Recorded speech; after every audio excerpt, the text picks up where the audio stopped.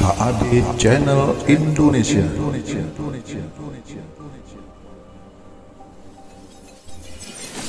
Alhamdulillah nahmaduhu wa nasta'inuhu wa nastaghfiruh wa na'udzu billahi min sururi anfusina wa min sayyiati a'malina man yahdihillahu fala mudilla lahu wa man yudlil fala hadiya lahu wa asyhadu an la ilaha illallah wahdahu la syarika lahu wa asyhadu anna Muhammadan abduhu wa rasuluhu la nabiyya ba'da.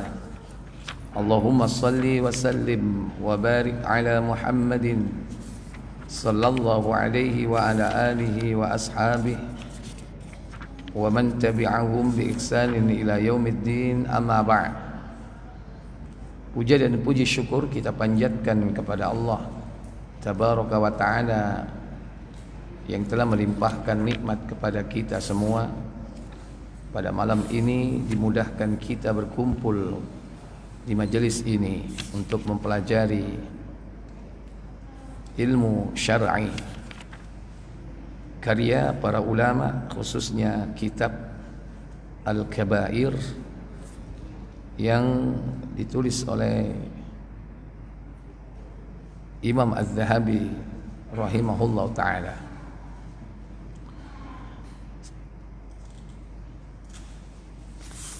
Malam ini kita akan memasuki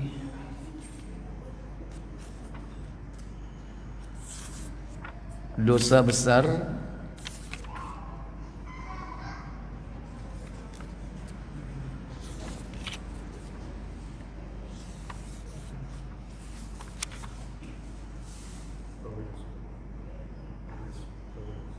Al-Kabiratu Tsaniyatu Asyarah, dosa besar yang ke-12, yakni az-zina, dosa zina. Wa ba'duhu akbaru ithman min ba'd, di mana zina ini sebahagian ada yang lebih besar dosanya dari dosa yang lain.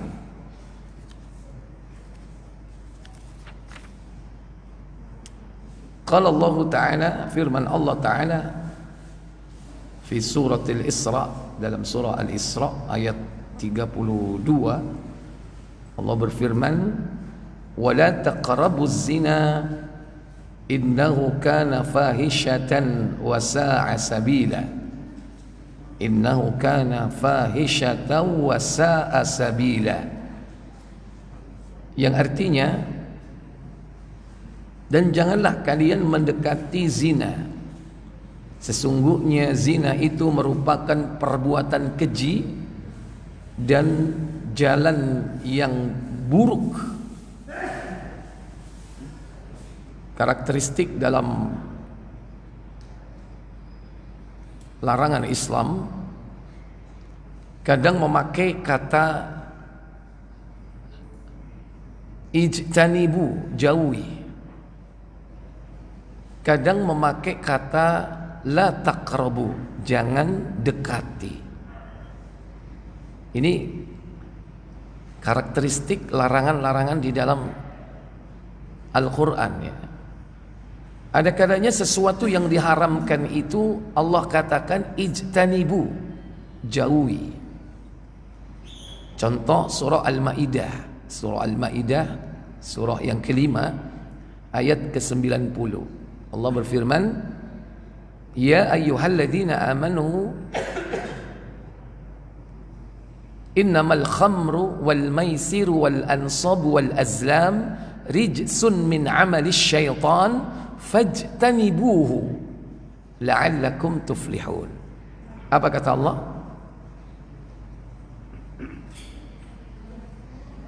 Hai orang-orang yang beriman, sesungguhnya meminum khamar, berjudi, al-maisir, berkorban untuk berhala, al-ansab, mengundi nasib dengan panah, wal azlam, adalah termasuk perbuatan syaitan. rijsun, najis, min amali syaitan, adalah perbuatan syaitan. Apa kata Allah? Maka jauhilah perbuatan-perbuatan fajtanibuhu, jauhilah oleh kalian agar kamu mendapat keberuntungan. ya. Itu semua larangan itu. Allah katakan ijtanibu, jauhi. Kalau dikatakan jauhi berarti posisinya masih jauh atau udah dekat. Perhatikan kalimatnya, jauhi berarti posisinya gimana itu? Berarti dekat. Makanya diperintahkan untuk apa? Dijauhi. Contoh jadi khomer. Khomer itu dekat nggak dalam hidup kita? Dekat. Metu apa lah? Ngarep iku dodol khomer sing warnai biru mbek abang iku. Tonggomu iku. Tak percaya delokon nang isor tol kasih inguen. Ono khomer enggak? Dekat enggak berarti? Dekat khomer itu. Dan orang bisa bikin sendiri khomer itu. Banyu kelopo simpenan nang kulkas saulan. Mari ngono umben, mendem enggak? Durung dicampur bodrek itu. Spiritus. Ojo nuduh aku pengalaman. Jadi khomer itu dekat dengan hidup kita. Judi juga begitu, dekat. Karena orang itu sudah mental judi, dimanapun, kapanpun bisa judi. Saya pernah ngubur jenazah di Ngagel. Itu becak jejer-jejer. Loh, ini ngomongin nang di kabeh. Nggak taunya di sebelah sana surak-surak, ore menang. Tak lihat kapal-kapalan, balapan. Berarti judi atau tidak itu? Kalau mental judi, apapun bisa jadi judi. Jadi judi itu dekat dengan hidup kita. Apalagi zaman medsos sekarang. Judi bisa masuk ke sini. Tahu-tahu suruh registrasi, suruh ikut. Kadang melalui hobi, kesenangan. Ada nggak game yang judi? Dekat dengan hidup kita. Maka Allah perintahkan jauhi. Contoh lagi dalam Al-Quran. Disuruh kita menjauhi apa? Al-Hujurat 49 ayat 12. Ya ayyuhalladzina amanu ijtanibu katsiran minadh-dhanni inna ba'dadh-dhanni ithmu wa la tajassasu wa la yaghtab ba'dukum ba'dha. Apa kata Allah? Hei orang-orang yang beriman, jauhilah kebanyakan prasangka atau kecurigaan, karena sebagian dari prasangka itu dosa. Dan janganlah mencari-cari keburukan orang, dan janganlah menggunjingkan satu sama lain. Iya, karena gampang menggunjing, menghibah itu gampang sekali. Asal orang udah kumpul, nggak ada pembicaraan, ya. Kadang-kadang ice breaking, memecah kebekuan itu dengan apa? Bicarain orang lain. Mas, kon karo kabari iki. Udah bicara. Kalau udah asyik, lupa. Padahal itu membuka aib orang lain. Dekat orang itu dengan ghibah. Nah, kadang dalam Quran larangan itu disampaikan dengan kalimat la taqrabu, jangan kau dekati. Kalau jangan kau dekati, posisinya itu jauh apa dekat? Halo? Jangan dekati kok. Hah? Posisinya jauh apa dekat? Jauh. Contoh zina. Zina itu sebetulnya jauh. Karena zina itu perbuatan dosa yang harus melalui tahapan-tahapan. Mulai dari ketemu, ya kan? Ketemu aja kalau dia nggak berani ngobrol, selesai. Tahap kedua berani ngobrol. Kalau ngobrol selesai, nggak berani tanya nomor telepon, selesai. Tapi kalau dia tahap berikutnya, ya tanya nomor telepon, udah tahap ketiga itu. Setelah dapat nomor telepon, selesai, berpisah. Kalau nggak ada apa-apa, kelanjutan selesai. Tapi kalau setan membisiki, iseng-iseng telepon, halo. Tahap keempat dilalui. Jadi zina itu bertahap. Jadi kalau orang sampai melakukan zina, itu berarti sudah niat banget. Sudah niat banget orang itu. Karena apa? Tahapan-tahapannya dilalui gitu. Makanya tahapan itu harus apa? Ditutup. Rapat-rapat. Makanya Islam melarang adanya ikhtilat, percampur bauran laki perempuan dalam satu tempat. Makanya Islam melarang khulwat. Apa khulwat? Berdua-duaan laki perempuan. Itu dalam rangka apa? Menutup celah-celah zina. Berarti dosa zina itu sebetulnya jauh. Kalau orang sudah sampai melakukan perbuatan zina, berarti dia sudah melalui tahapan-tahapannya. Ya.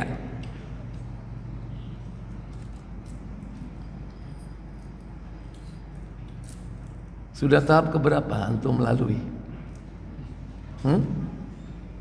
Udah pernah? Ya. Tahap pertama mungkin barangkali tahu. Tahap kedua sudah di khitbah, cari orang tuanya, ya, dipinang. Kalau udah tertarik datangi, jangan dilanjutin, langsung cari jalan yang syar'i. Kalau memang tertarik sudah datangi orang tuanya, diminta. Jangan pakai berbagai macam alasan, ya. Saya itu pengen tahu, menjajaki, ya, menjajaki, ya. Alasannya kan banyak kan. Ini dalam rangka apa? Mengenal lebih jauh, dalam rangka mendalami sedalam-dalamnya. Terlalu dalam, bahaya. Dengan alasan itu kan orang akhirnya apa? Pacaran. Dengan alasan itu, padahal semua itu adalah alasan-alasan klise, alasan yang dibuat-buat. Kalau kau memang niat ingin nikah, kalau kau tertarik, datang orang tuanya, minta, ditolak, selesai.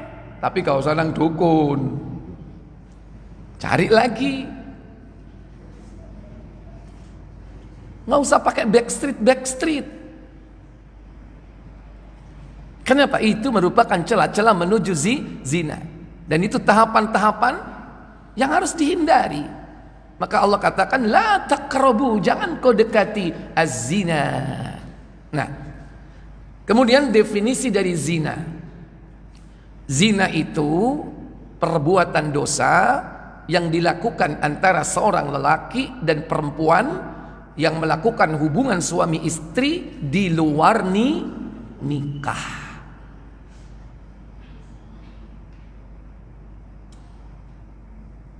Dan secara jelas definisi zina itu adalah Nabi menggambarkan apabila timba sudah masuk sumurnya. Kalau timbanya masih di luar sumur, itu belum dikategorikan zina.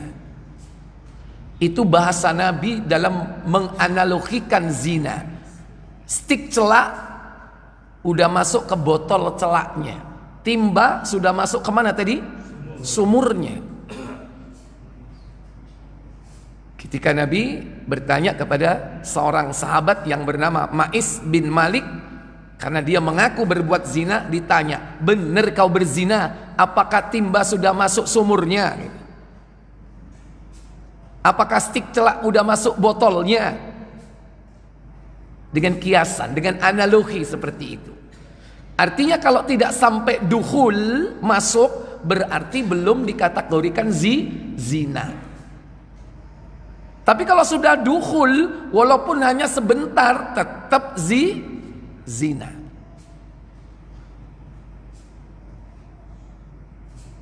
Nah, tapi perjalanan menuju zina itulah yang ditutup di dalam Islam. Makanya Nabi SAW mengingatkan kita nasib anak Adam tentang zina, yaitu zina-zina yang dilakukan oleh panca inderanya, dan setiap kita pasti melakukannya. Apa kata Nabi? Buka Muslim nomor 2278 insyaallah. Nah, bukan 78, 82. Judulnya Zina dan Takdir. Silakan.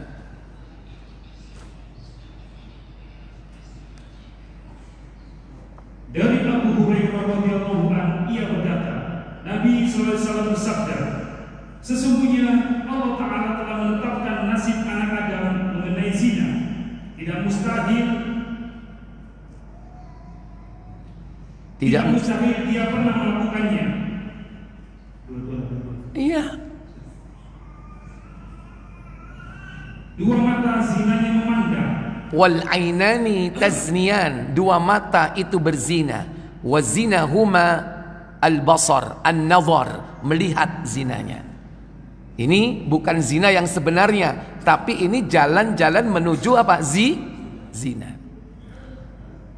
Dari mata pertama, dari mana? Dari mata. Makanya Nabi memerintahkan untuk apa? Ghaddul basar, menundukkan pandangan. Kata Allah dalam surah An-Nur 24 ayat 30, wa kullil mu'minin yaghuddu min absarihim wa yahfadhu furujahum dzalika azka lahum. Apa kata Allah? 30.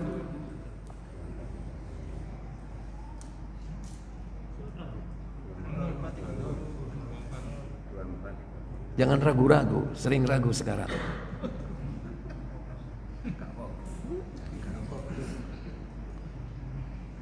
Katakanlah kepada orang laki-laki yang beriman, hendaklah mereka menahan pandangannya. Yaghuddu min absarihim. Terus.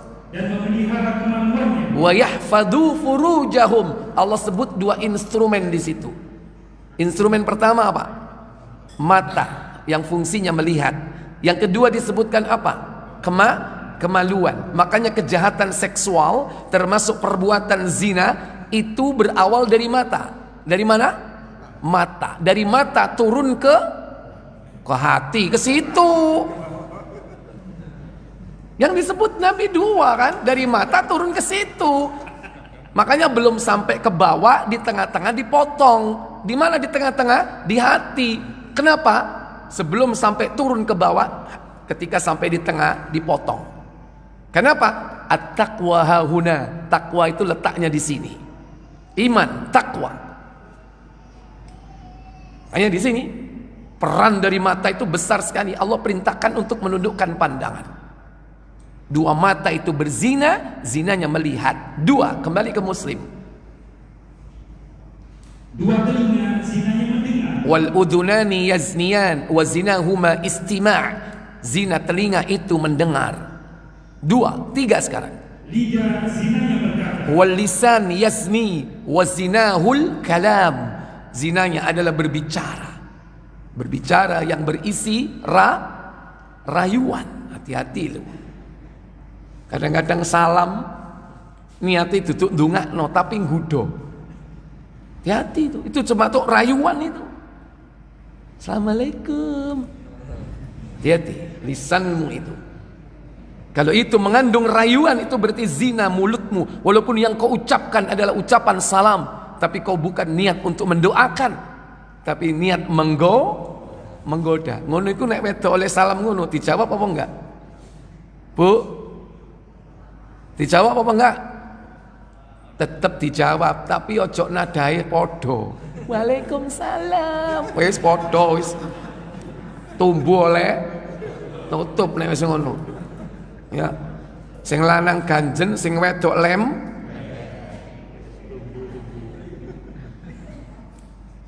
Ya, zina mulut. Yang kedua, ya yang ketiga, yang keempat. Tangan zinanya meraba. Iya, meraba. Gimana, Pak? Memegang. Wal yadani yazniyani wa zinahumal batshu. Dua tangan berzina, zinanya memegang atau menyentuh.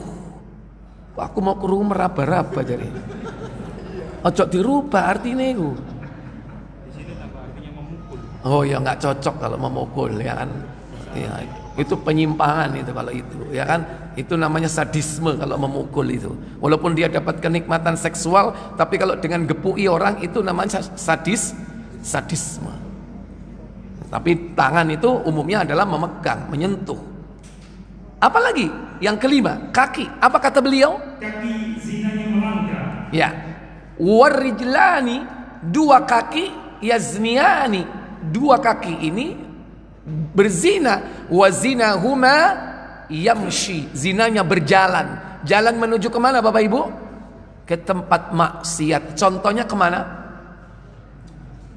Nih contoh akhirnya cek abote retes, ya wis gak apa-apa, ya diterima. Dan yang terakhir, bahkan kata Nabi SAW, wal qalbu yazni. Apa katanya? Hati zinanya ingin dan rindu. At-tamanni, hati itu berzina. Zinanya adalah merindukan, menginginkan, membayangkan. Hati-hati. Zina hati. Dan yang paling penting di sini apa? Semua itu tidak akan terjadi kalau tidak dibenarkan oleh faraj. Apa kata beliau? Sedangkan faraj atau kemaluan hanya mengikuti atau tidak mengikuti. Makanya sebelum sampai ke faraj, di tengah jalan dipotong supaya sinyalnya jangan sampai ke bawah. Itulah letak dan fungsinya iman kita kepada Allah Jalla wa'ala. Wa qala Allah Ta'ala, walladzina la yad'una ma'allahi ilahan akhar wa la yaqtuluna an-nafsa allati harrama Allah illa bil haqq wa la yaznun wa may yaf'al dzalika yalqa athama. Dan orang-orang yang tidak menyeru di samping kepada Allah, menyeru kepada selain Allah di samping kepadanya, dan tidak membunuh jiwa yang diharamkan untuk membunuhnya kecuali dengan alasan yang benar, dan tidak berzina. Wa may yaf'al dzalik, tapi barang siapa yang melakukan semua itu, syirik, membunuh, berzina, yalqa athama, dia akan mendapatkan pembalasan dari perbuatannya itu. Apa balasannya? Dosa zina ini termasuk dosa besar yang diancam siksa. Yaitu pertama, siksa yang bersifat syar'iyah, hukuman yang bersifat syar'iyah. Yang kedua, hukuman qadariyah. Pertama, syar'iyah. Hukuman syar'iyah itu disebutkan dalam surah An-Nur, yaitu surah yang ke-24 pada ayat yang ketiga, 24 ayat 3. Az-zaniyatu waz-zani fajlidu kulla wahidin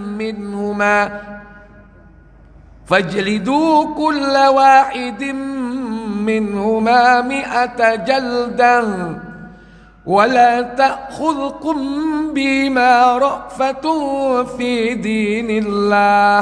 Apa kata Allah? Ayat yang ke, ya baca silakan. Perempuan yang berzina dan laki-laki yang berzina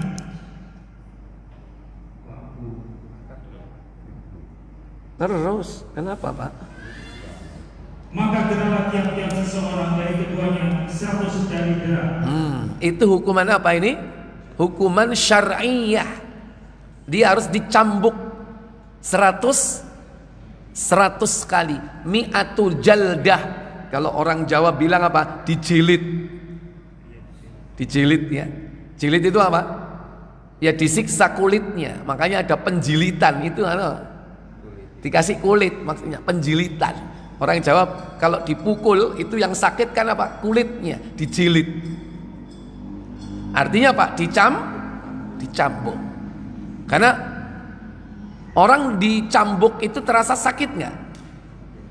Kenapa terasa sakit? Karena ada saraf-sarafnya. Dan saraf-saraf sakit itu letaknya di mana? Di kulit, bukan di daging. Kalau kita belajar ilmu kulit kan ada kulit jangat, ada kulit ari, ya kan? Di mana letak saraf-sarafnya? Itu di kulit. Makanya dalam Quran itu juga nanti siksa di neraka itu apa? Kulitnya diganti dengan yang baru. Tidak dibicarakan yang lainnya. Nah di dunia salah satu bentuk siksa agar orang itu jera dari berbuat dosa apa? Disiksa dengan cara dicambuk. Karena dengan cara itu akan terasa sakit. Cuman di sini global sifatnya, tidak dirinci. Kemudian apa kata Allah?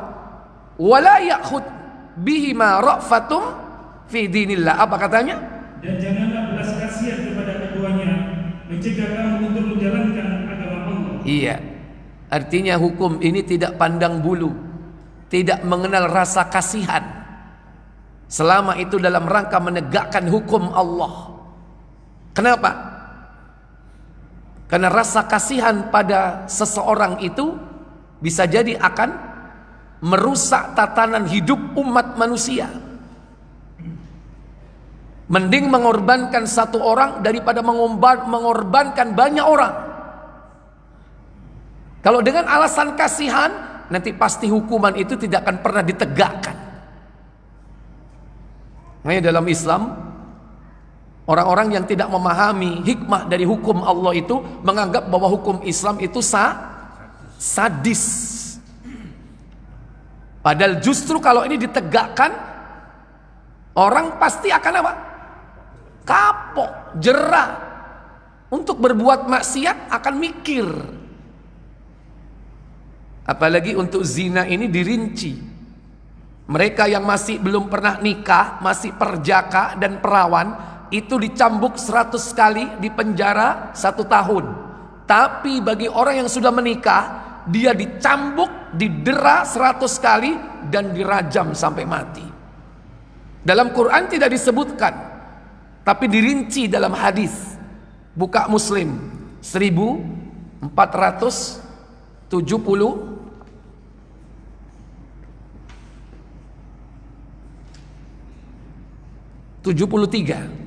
Ya.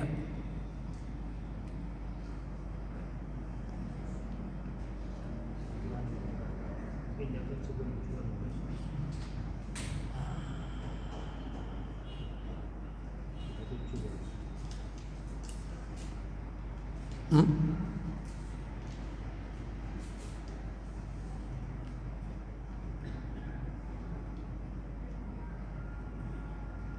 1673. Ntar dicek dulu, pastikan dulu.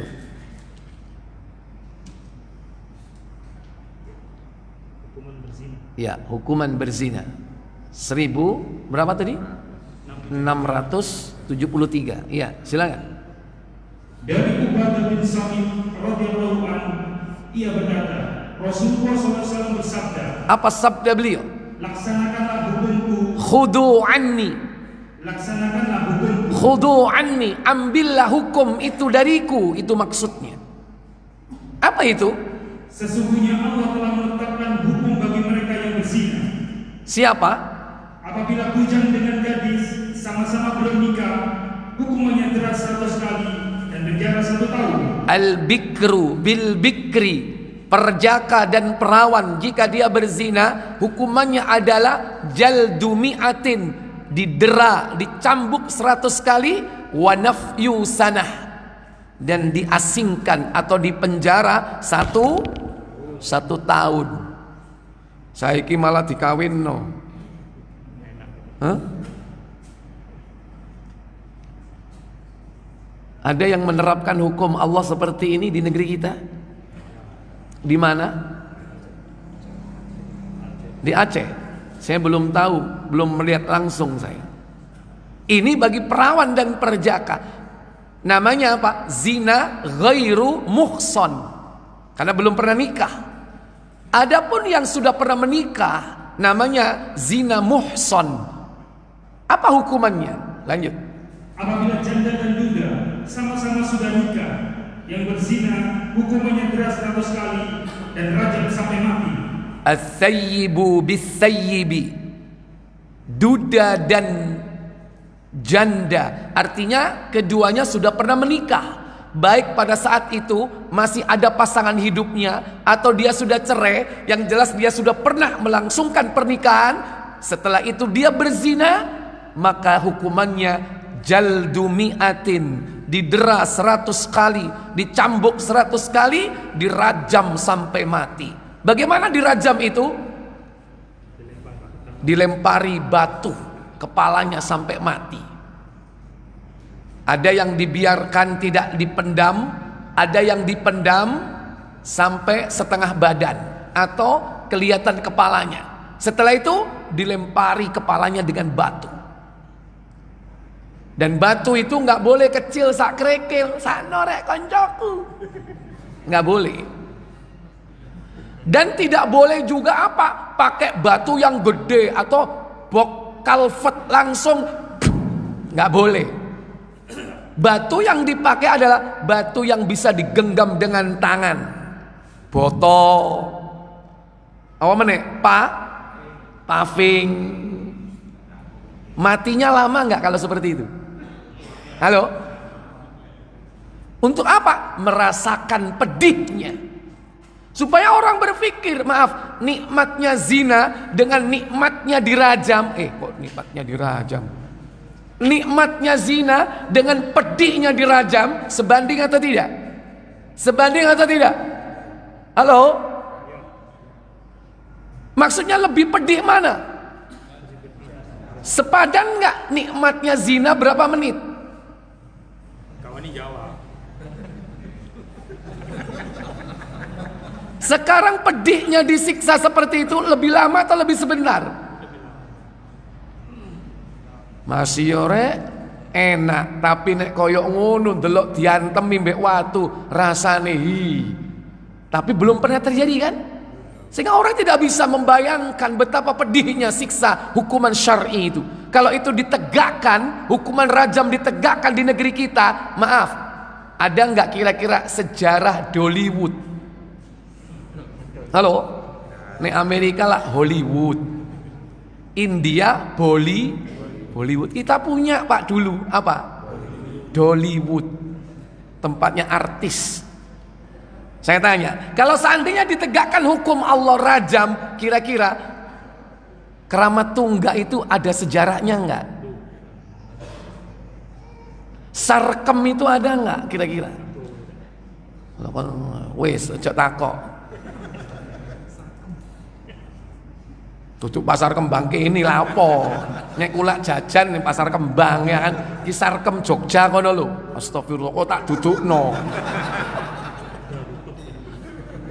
Hah? Tutup apa nih? Lawang ngarep. Ya. Jadi nggak akan pernah ada sejarah yang namanya lokalisasi, nggak akan ada. Kalau ditegakkan hukum syariat Allah, kenapa orang akan berpikir pedihnya hukuman zina itu? Ikhwatal iman, Bapak Ibu, saudara sekalian yang dirahmati Allah Jalla wa Ala.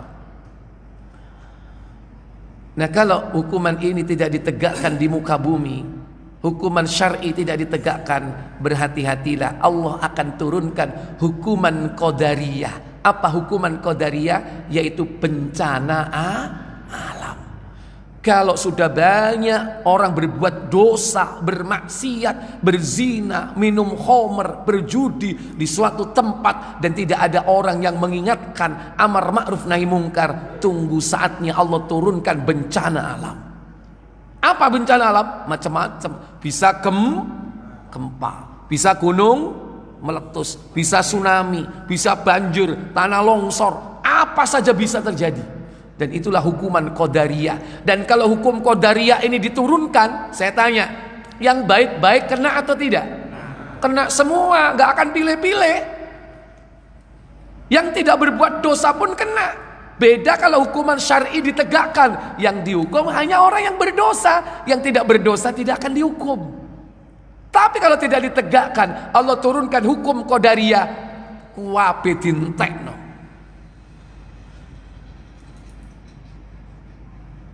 Maka sejarah bagaimana tempat-tempat yang dulu pernah dipakai untuk berbuat zina, Allah musnahkan tempat itu.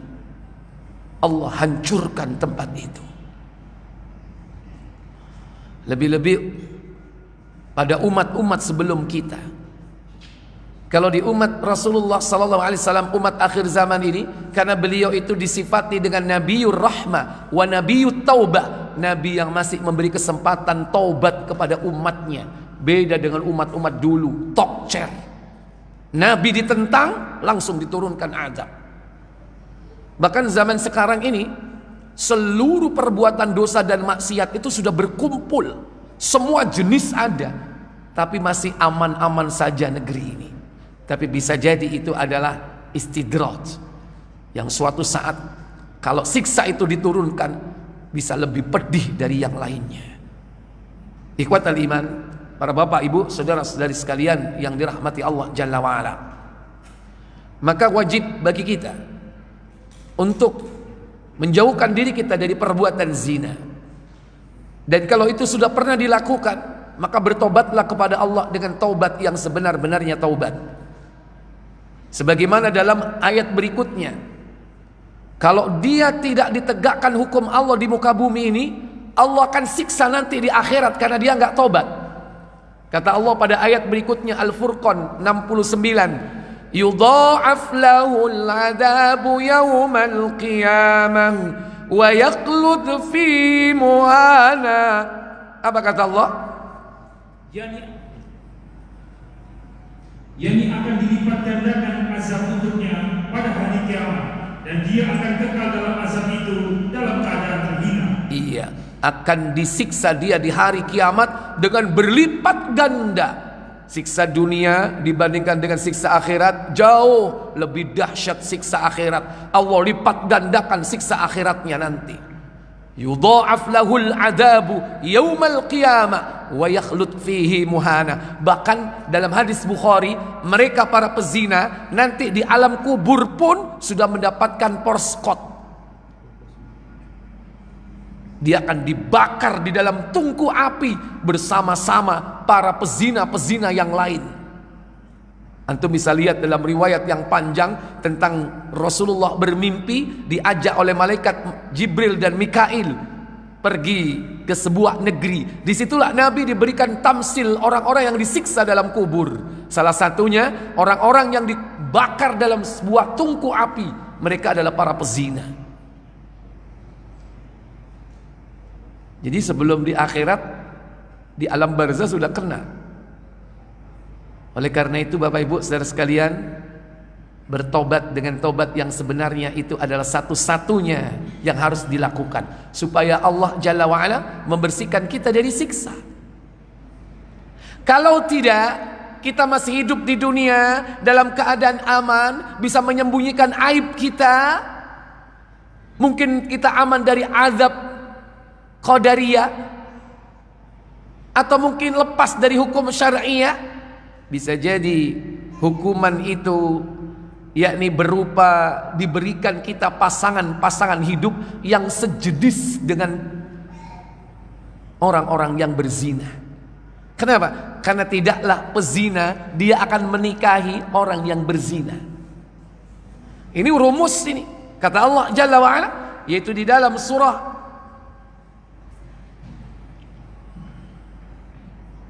An-Nur ayat yang ketiga. Az-zani la yankihu illa zaniyatan aw musyrikatan waz-zaniyatu la yankihuha illa zanin aw musyrik wa hurrima dzalika 'alal mu'minin. Apa kata Allah?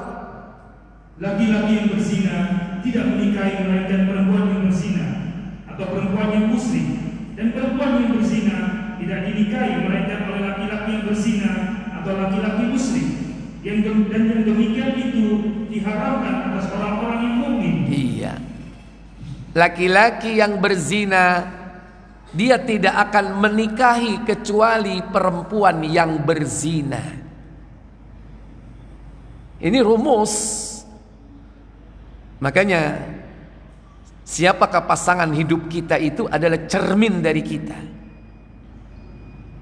Sebaliknya juga begitu. Wazaniyah, dan perempuan yang berzina tidak akan dinikahi kecuali oleh laki-laki yang berzina au musyrik, atau orang musyrik. Karena orang musyrik itu jangan ditanya, mereka nggak ada aturan, Bagi mereka zina itu sah-sah saja, asal apa? Like and like, suka sama suka, dan tidak mengganggu ketertiban umum. Orang Islam nggak boleh.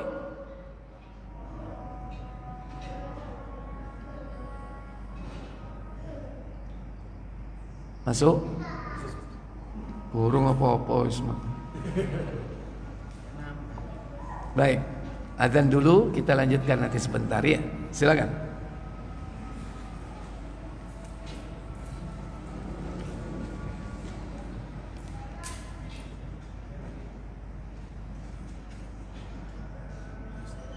Monggo.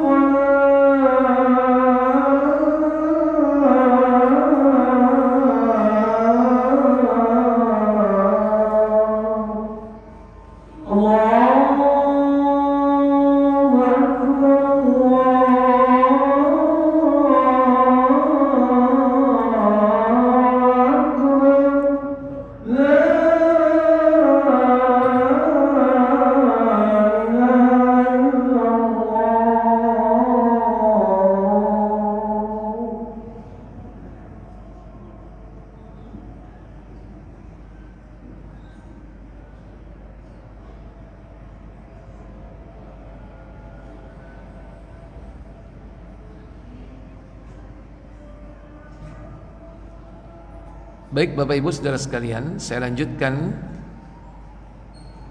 bahwa tidaklah menikahi seorang wanita pezina melainkan dia adalah lelaki yang berzina. Ya. Artinya keduanya ini belum bertaubat kepada Allah. Tapi kalau ada seseorang ternyata dia dinikahi atau menikahi orang-orang yang pernah berzina, bukan berarti rumus ini salah. Kemungkinan orang itu pernah melakukan tapi dia sudah bertaubat kepada Allah dengan taubatan nasuha dan dia diterima taubatnya, maka dia tidak termasuk dikategorikan pezina. Baik. Berikutnya, waqala Nabi sallallahu alaihi wasallam, Nabi sallallahu alaihi wasallam ditanya, ayyu dzambi a'zam, dosa apa yang paling besar, kata beliau, kata sahabat. Qal, Nabi menjawab, an taj'ala lillahi niddan, engkau menjadikan sekutu bagi Allah.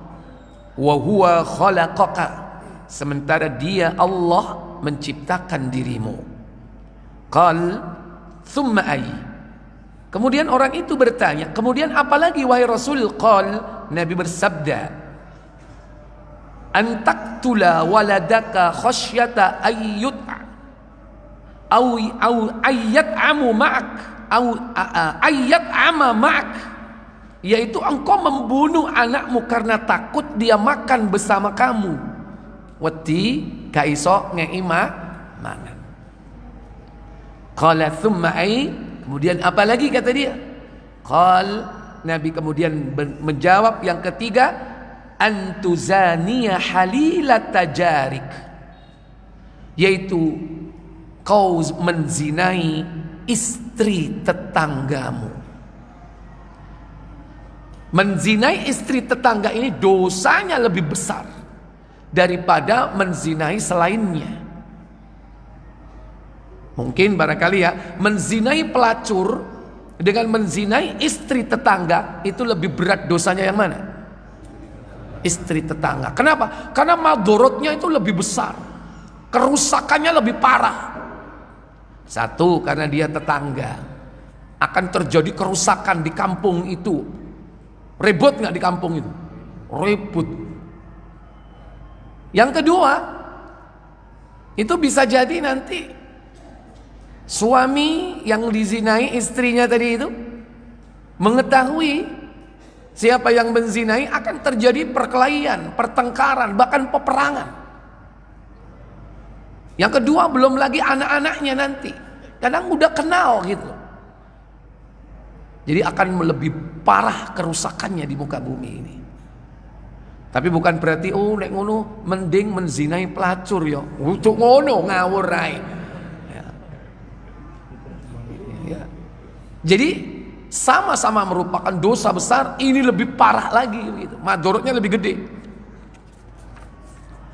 Baik, berikutnya. Wa qala Nabi sallallahu alaihi wasallam, maaf tadi belum saya sebutkan hadisnya, tidak disebutkan di sini tapi disebutkan, yakni sudah disebutkan pada nomor berikutnya. Itu nomor yang ke-9 ya nanti.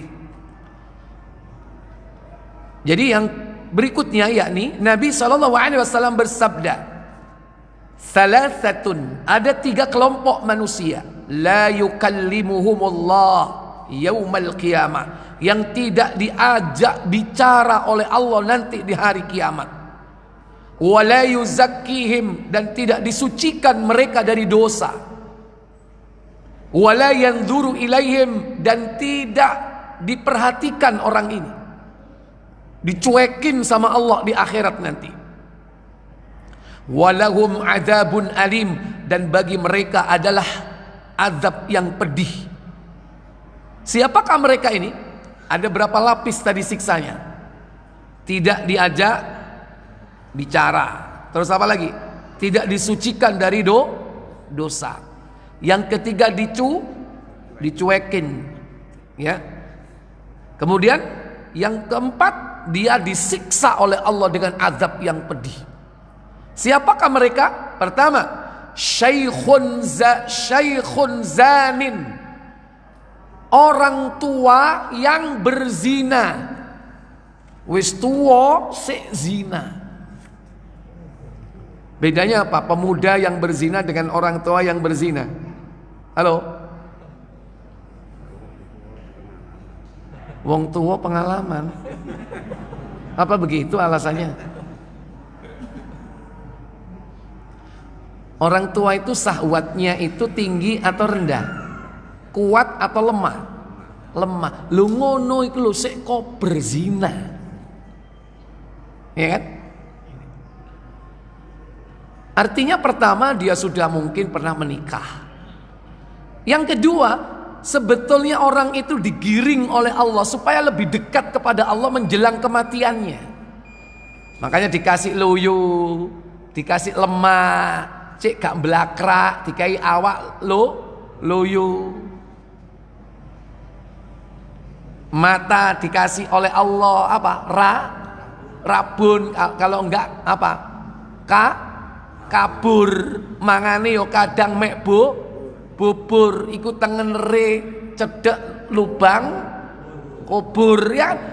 Mestinya orang itu dikondisikan Allah itu semakin hari semakin dekat dengan Allah. Tapi kok masih ada semakin tua kok malah bermaksiat.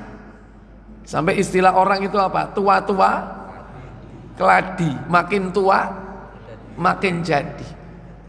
Nek ono nom-noman zina iku elek, tapi sing luwe elek wis tuwa zina.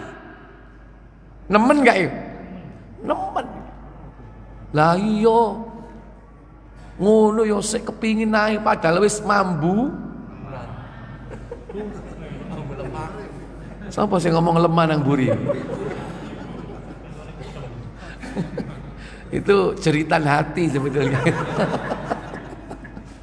Ya, jadi ini. Wa malikun kadzibun, raja pendusta atau penguasa pendusta.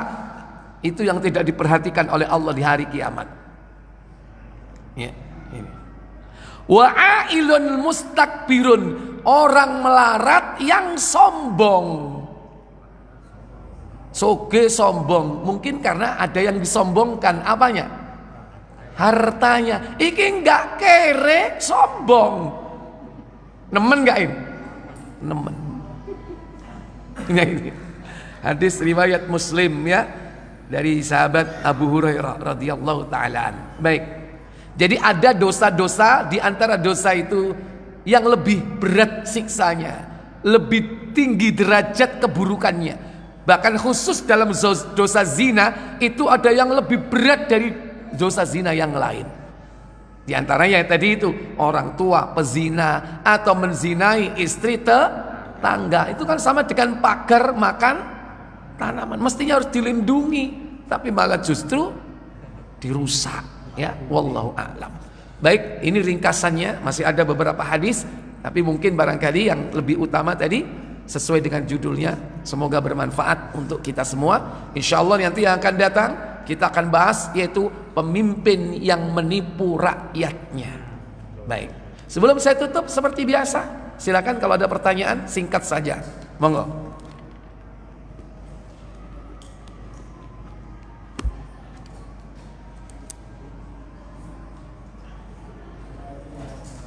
Waalaikumsalam warahmatullahi wabarakatuh.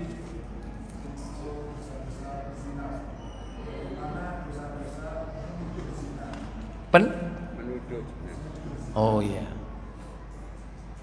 Iya. Jadi menuduh orang berbuat zina itu termasuk di antara dosa besar yang akan dibahas pada nomor berikutnya.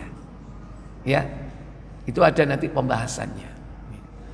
Tapi yang jelas bahwa untuk menegakkan hukum syariat itu orang tidak boleh menuduh tanpa ada saksi dan bukti. Dalam Islam itu tegaknya hukum zina apabila ada 3 unsur yang terpenuhi, salah satu dari 3 unsur. Apa saja? Pertama, yaitu adanya bukti. Yang kedua, adanya pengakuan. Yang ketiga, adanya saksi. Ya ini. Sebagaimana dalam hadis buka Muslim 1670 berapa? Tadi berapa yang sudah dibaca? Sekarang 72. Iya.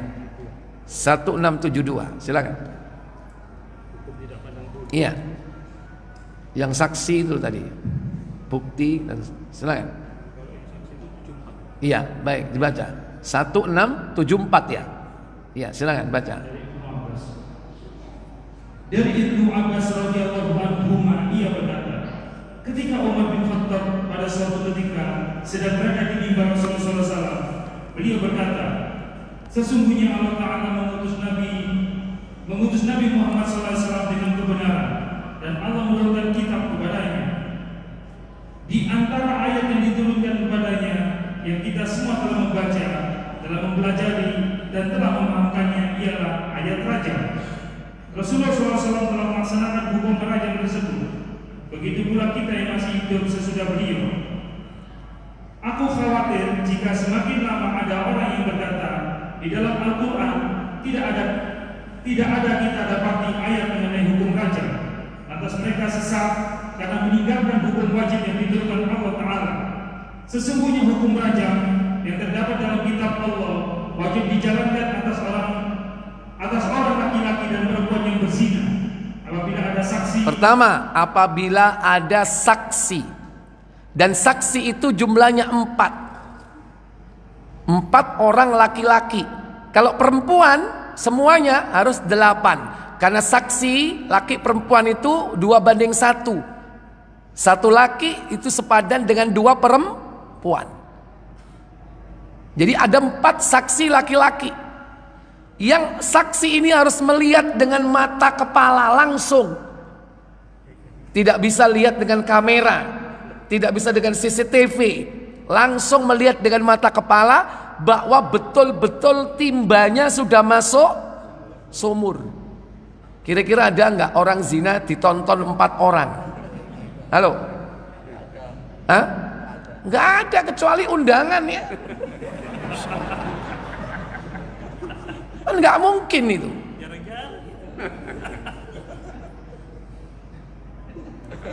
Dimarahi sama Pak Karim.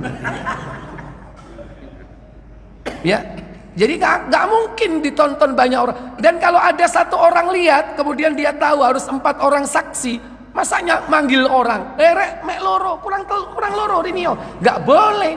Karena itu termasuk buka aib orang itu dosa, bukan karena lu mek wong loro tok kurang loro iki rek golek ana wong loro gak oleh. Dan gak akan mungkin itu. Mesti orang melakukan sembunyi-sembunyi. Jadi pelaksanaan hukum Islam, hukum syariat, ditegakkannya rajam itu gak gampang. Kenapa orang takut ditegakkan hukum syariat? Karena untuk membuktikan, untuk proses menuju eksekusi hukuman rajam itu gak gampang. Harus ada 4 orang saksi, melihat dengan mata kepala. Nah kalau nggak ada, yang kedua apa itu? Ada bukti seperti hamil. Ada bukti, yaitu apa? Hamil. Kalau nggak ada bukti, selesai. Walaupun ada orang saksi tapi nggak memenuhi, terus nggak ada buktinya, ya nggak boleh. Kecuali ada bukti hamil. Dan kalau ada wanita belum menikah, dia hamil, pasti dia melakukan apa? Zina. Kan nggak mungkin sampean jengkok meteng apa? Iya aku wingi adus nang kali, mari ngono moro-moro meteng. Nggak mungkin ya. Mesti dia melakukan zina. Yang ketiga apa itu? Atau adanya pengakuan. Kira-kira wong iku ngaku nggak nih ditakoki? Jangankan datang dengan ikhlas mengaku sebagaimana wanita dari suku Juhaina, wanita dari suku Khos'am, ya, seperti Ma'is bin Malik datang ikhlas pengen dibersihkan dari dosa zina, ngaku di hadapan Nabi. Itu pun apa? Itu pun tidak sekali mengaku langsung dirajam. Ketika Ma'is itu datang mengaku, wahai Rasul, aku telah berzina, bersihkan aku dari dosa ini. Rasul gak nanggapi, Rasul melengos. Setelah itu dia datang lagi di hadapan Rasul. Rasul, tolong dong bersihkan aku dari perbuatan ini. Aku telah berzina. Direken. Sudah berapa kali? Datang lagi yang ketiga, gak direken. Datang lagi yang keempat, gak direken. Sampai berapa berarti? 4. Baru yang kelima dia mengatakan, bersihkan aku dari dosa zina. Aku telah berzina. Hei Ma'is, kau niki edan yo. Apakah kau gila, kata Rasulullah? Tidak wahai Rasulullah. Benar kau berzina? Benar wahai Rasulullah. Mungkin kau hanya ciuman saja. Enggak wahai Rasulullah. Lihat itu di dalam Sahih Muslim ada kisahnya. Baik, apakah kau betul-betul melakukannya? Sebagaimana timba masuk ke sumur, stik celak masuk ke botolnya. Benar wahai Rasul, aku telah menjima wanita itu sebagaimana seorang menjima istrinya. Baik si Mais, kau harus dihukum rajam. Kenapa sampai mengaku 4 kali, dibiarkan akhirnya sampai 4 kali? Itu gantinya 4 orang saksi. Makanya dibiarkan sekali, 1 kali bersaksi atas dirinya sendiri, 2 kali, 3 kali, 4 kali. Berarti dia bersaksi sebanyak 4 kali, pengganti saksi-saksi orang lain, tapi dia bersaksi atas dirinya sendiri. Makanya begitu yang kelima ditanggapi serius sama Nabi. Seandainya pada waktu dia mengucapkan yang kedua dia nggak jadi, Rasul gak ngereken mulai. Kira-kira dihukum rajam atau tidak? Dihukum rajam nggak? Selesai. Mungkin dia bertobat dengan tobat nasuha, ya kan? Allah mengampuni, di akhirat tidak disiksa. Atau kalau dia tobatnya nggak nasuha, Allah nggak ampuni, dia tetap disiksa di akhirat. Tapi kalau orang sudah ditegakkan hukum rajam, pasti dia diampuni. Diampuni dari dosa apa? Zina. Karena hukuman rajam, cambuk, itu bagian dari tobatnya. Baik dia lakukan ikhlas atau tidak ikhlas. Seperti si Mais ini kasusnya bagaimana? Begitu dia dirajam, melayu Pak. Gak kuat loro nih, waduh melayu. Dikejar mek sahabat, jatuh, diantemi, mati. Diantemi dengan batu maksudnya ya, dilempari dengan batu, akhirnya mati. Apakah dosanya tobatnya diterima? Diterima. Kenapa? Ditegakkan hukum rajam, walaupun dia nggak ikhlas. Beda kalau suku Juhaina, wanita ini datang kepada Nabi dalam kondisi hamil, ada bukti dan dia ngaku. Setelah melahirkan baru dia dihukum rajam. Umar bin Khattab menarik tangan Rasulullah. Gara-gara Rasulullah mau mensolati jenazahnya. Umar mengatakan, wahai Rasul, bukankah dia berzina? Kenapa kau solati? Tidak wahai Umar, dia telah bertobat dengan tobat yang sebenar-benarnya. Apa tobatnya? Dihukum rajam. Seandainya tobatnya ini dibagi kepada 70 orang penduduk kota Madinah, niscaya bisa mengcover 70 orang penduduk Madinah. Kenapa? Karena dia ikhlas menyerahkan nyawanya kepada Allah. Dia ikhlas ngaku, dan ketika dirajam dia diam saja, dirasakan sampai akhirnya dia mati. Inilah tobat yang ikhlas. Beda dengan si Mais. Tapi tetap kalau hukum rajam ditegakkan, dia diselesaikan, dibersihkan dari dosa zina. Kalau tidak ditegakkan hukum rajam atau yang lain, maka ada 2 kemungkinan. Kemungkinan diampuni, kemungkinan tidak diampuni. Dia akan disiksa nanti di kubur atau di akhirat. Nah, siapa yang tahu diampuni atau tidak? Allah. Tentunya seandainya tidak ditegakkan hukum rajam, kita harus berusaha semampu kita, sekuat kita agar kita mendapatkan ampunan dari Allah. Dan Allah tahu siapa yang betul-betul tobat nasuha dan siapa yang main-main. Wallahu a'lam. Saya pikir cukup. Kita tutup kafarat majelis. Subhanakallahumma wa bihamdik, asyhadu an la ilaha illa anta, astaghfiruka wa atubu ilaik. Wassalamualaikum warahmatullahi wabarakatuh.